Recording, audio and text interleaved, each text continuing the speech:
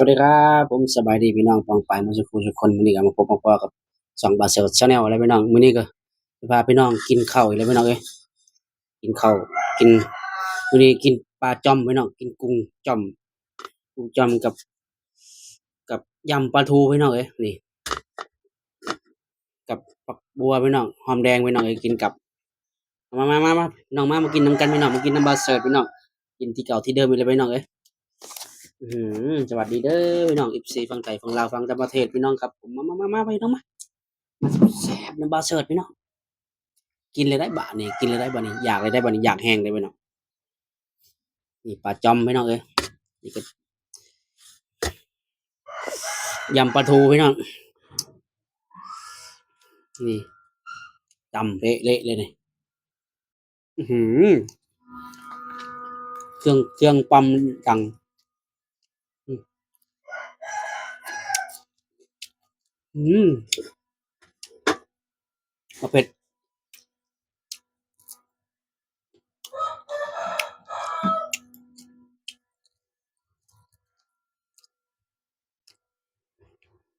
อืมตะไคร้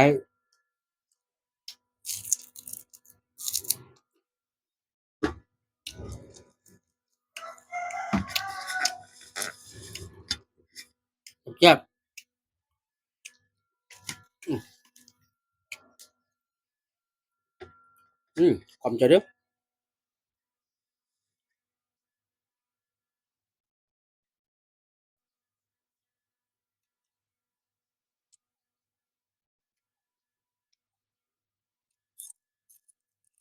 อืม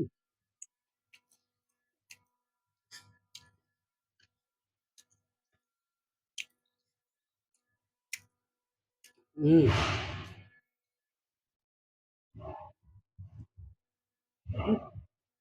ปั๊มลมก็ดังแต่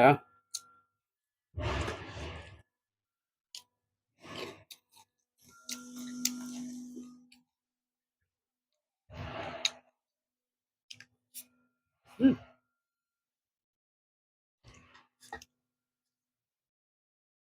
เป็นปลากระป๋อง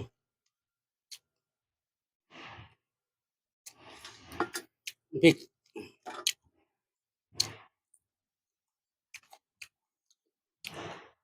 อืมแซ่บ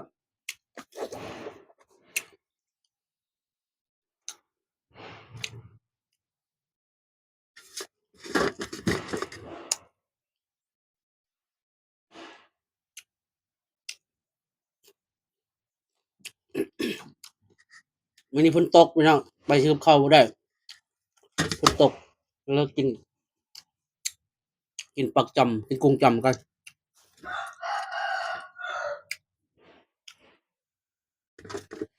อืม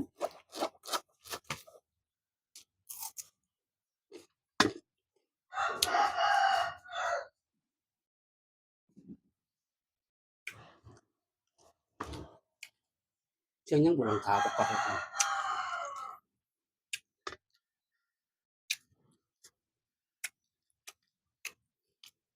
อืม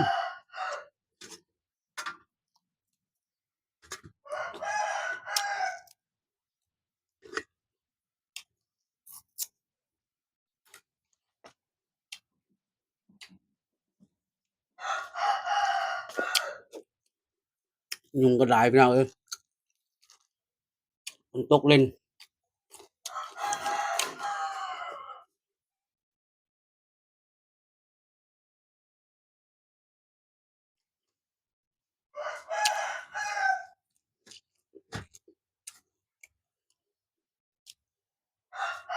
อืม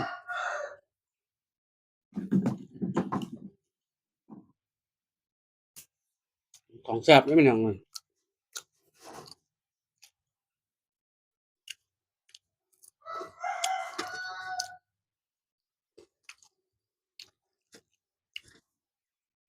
อื้อหืออืมหอมแรง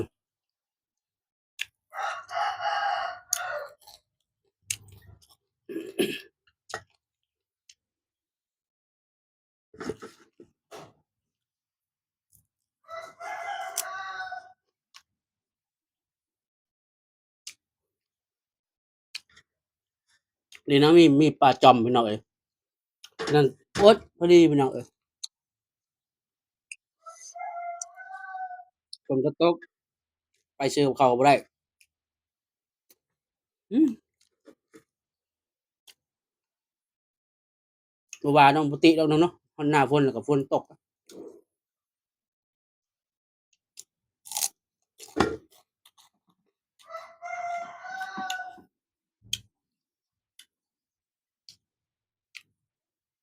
ฝนปล่อยๆฝนตกบ่แห้งแล้ว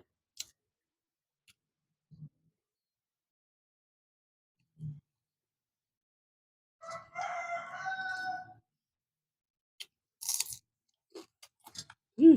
ครับ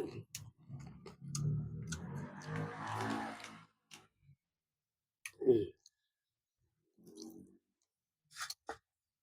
ยำปลากระป๋องก็แซ่บพี่น้องเอ้ย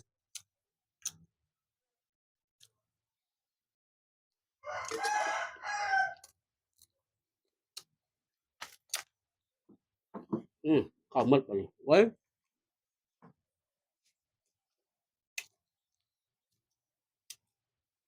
ปกติกินข้าวบ่เคยหมดติบนะ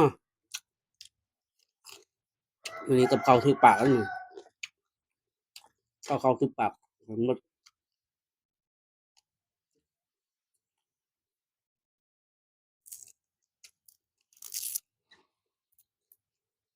กินแบบง่ายๆบ่ต้องบ่ต้องกินมากกินเพื่ออยู่แต่ว่ากินหรูหราดอกพี่น้องเอ้ย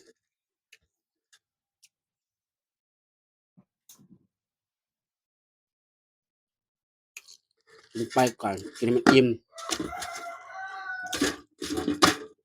กินเข้าไปกินนี่ก็อิ่มหมดแหละถ้ากินก็แต่มันอยากถ้าบ่อยากนี่ก็กินหยังบ่แซ่บ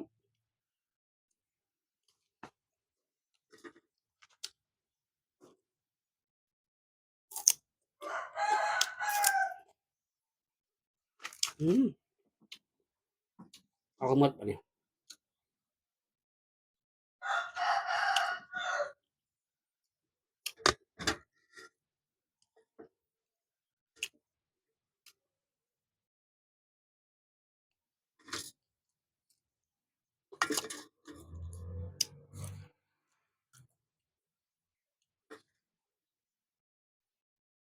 อืมเอ้าคลิปนี้ก็ขอลาไปก่อนพี่น้องเด้อขอลาไปก่อนเด้อพี่น้องคลิปนี้ขอจบเพียงแค่นี้พี่น้องอย่าลืมกดไลค์กดแชร์กดติดตามพี่น้องเอ้ยกดกระดิ่งแจ้งเตือนพี่น้องเพื่อให้ผิดพลาดเพื่อไม่ผิดพลาดคลิปของบ่าวเสิร์ชเนาะว่าผิดว่าปวดบ่จังได๋ก็ขอโทษขออภัยพี่น้องเอ้ยโอเคอิ่มแล้วพี่น้องเอ้ยข้าวก็หมดติบแล้วนี่หมดแล้วนี่ไปก่อนบ๊ายบายสวัสดีเด้อสบายดีพี่น้องเอ้ยสบายดีขอให้โชคดีพี่น้องเอ้ยจักเบาผิดจักเบาถูกบ่พี่น้อง